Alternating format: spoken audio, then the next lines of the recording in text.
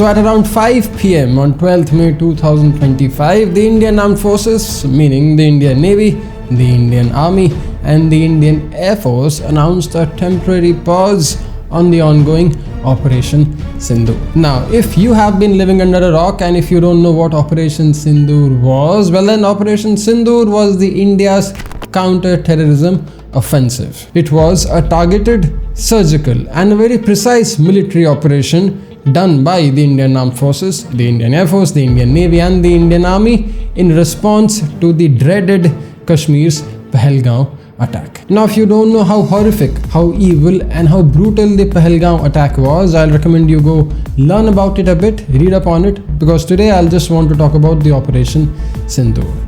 You see, the mission objective was quite simple. The intel shortlisted a few very high value targets which were either on the other side of the LOC, meaning the Pakistan occupied Kashmir, or on the other side of the international border, which would mean the entire territory of the state of Pakistan. From a huge list of potential targets, 21 were shortlisted by the Indian intelligence and the Indian Armed Forces agencies. From this list of 21 high value targets, 9 were handpicked and they were eliminated. So on the morning of the 7th May at around 0100 hours or say around 1 AM, the Indian Air Force's Rafale jets started bombing these 9 places. The phase 1 of the operation lasted about 25 minutes and all of these 9 terror camps were obliterated to the ground, killing about 100 terrorists in the process. Now all of this, by the sound of it, could seem something very straightforward and simple.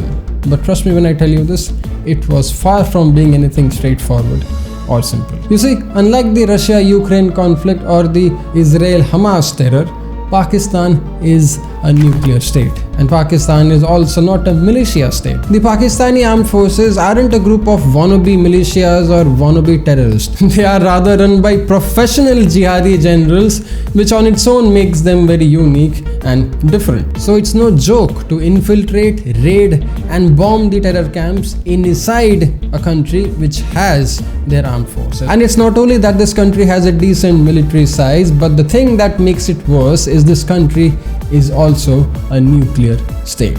Very much unlike Ukraine, very much unlike Gaza, very much unlike anything else that we have been seeing of late. So now you could paint a picture that how and why bombing in cities like Bahawalpur and Muridke, which are right in the middle of Pakistan's Punjab, is such a big deal, because that sends a very strong, a very intimidating message. But then who cares? We are Indian Air Force, so we bloody well did it. Not one, not two, we bombed 9 terror camps and we even filmed it. Now the phase 1 of this Operation Sindoor lasted about 25 minutes. Like I said, our fighter pilots were back home in about 1:30, 1:45, but it wasn't over yet, because this is where things get nasty, or this is where the next phase of the Operation Sindoor began. The enemy state, as expected, weren't quite happy, weren't quite pleased about our offensive at their terror camps, because honestly they don't even call these terror camps. They're actually a part of their active military personnel. I mean, if you would see the videos and the photos of the army personnel, the senior officers, the battalion commanders who actually attended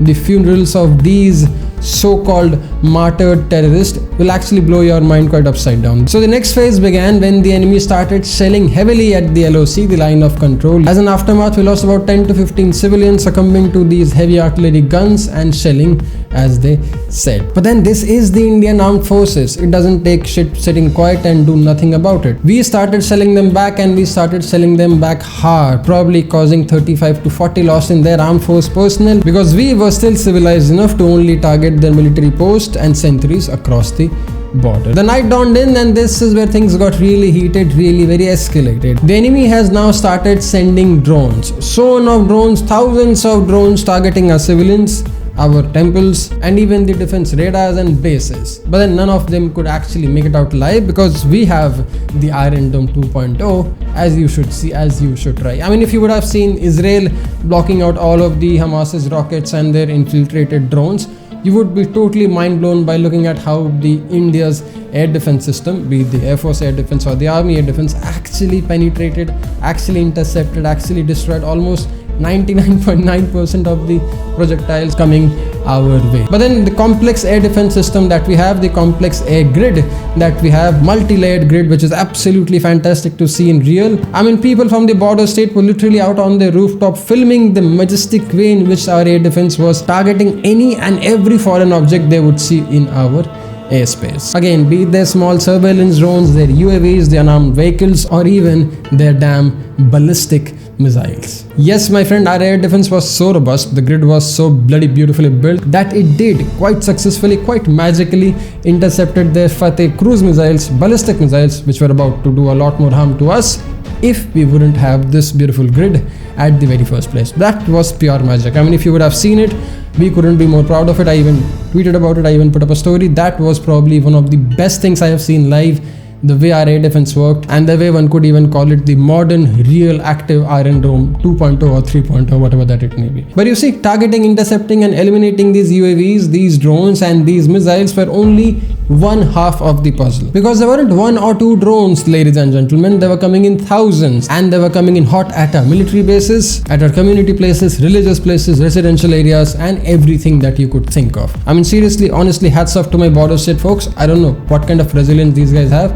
How are they able to pull this off so easily? I have no fucking idea, but kudos to them. But gentlemen, all of this, all of our Sudarshan Chakra and Aakashteer defense was about to come to an end, because the enemy was about to run out of drones and we were sitting and preparing for the rest. Once we have shown the exceptional display of our fantastic air defense, it was time we send them a message. A message stern, strong and surgical enough to not make them even think of doing anything this stupid, not today, but even going forward otherwise. So what we did next was quite impeccable. After sending our indigenous made in India made Aakashteer UAVs and drones, which pretty much turned their skies red and rained hellfire on them, we wanted to up the ante a fair bit. We put in the Brahmos and we started bombing and raiding the air bases of the enemy state as and how we thought, and we placed 12, not 1, not 2, 12 air bases of the enemy state were raided from the entire length of their western front. It was bombed,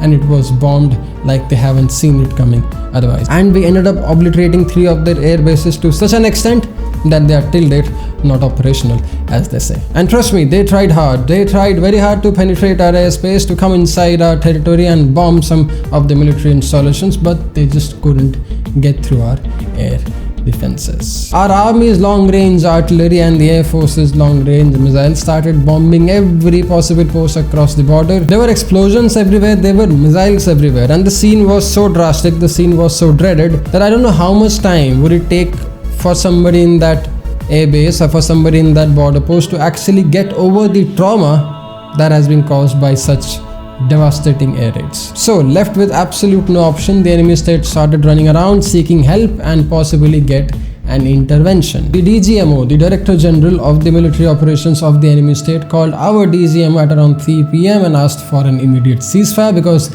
they were running out of life to be spared. Our DGMO and our military personnel thought it through, and about 5 PM we thought of unilaterally pausing the Operation Sindoor for a bit and thought of waiting it out and seeing if these guys would actually behave. By the end of it, ladies and gentlemen, India became the only country in the world to have air raided not 1, not 2, but 12 military air bases of a nuclear-powered, nuclear-armed state.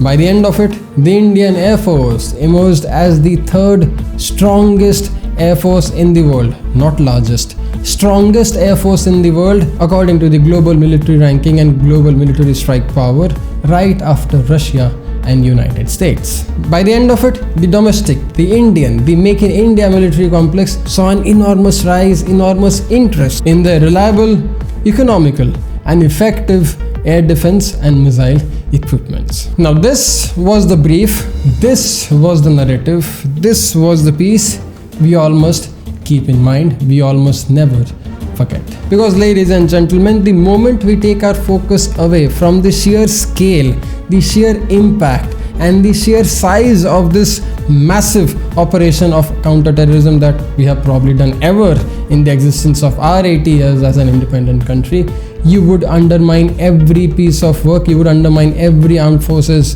hard work, every intelligence officer's hard work, gone in this process. To literally raid, bomb and destroy 9 terror camps and 12 military bases in the enemy state is no joke, and even Russia and US are looking at it very seriously. I'm not even talking about China or anybody else. We rained hell fire for 3 straight days on this apparent enemy state who thought could blackmail us with the nuclear arsenal, which is a whole different video altogether, as one would say. But be proud and take pride in the fact that we are a rich country, my friend. Be proud, be confident, and very thankful to your armed forces. Jai Hind, Jai Bharat.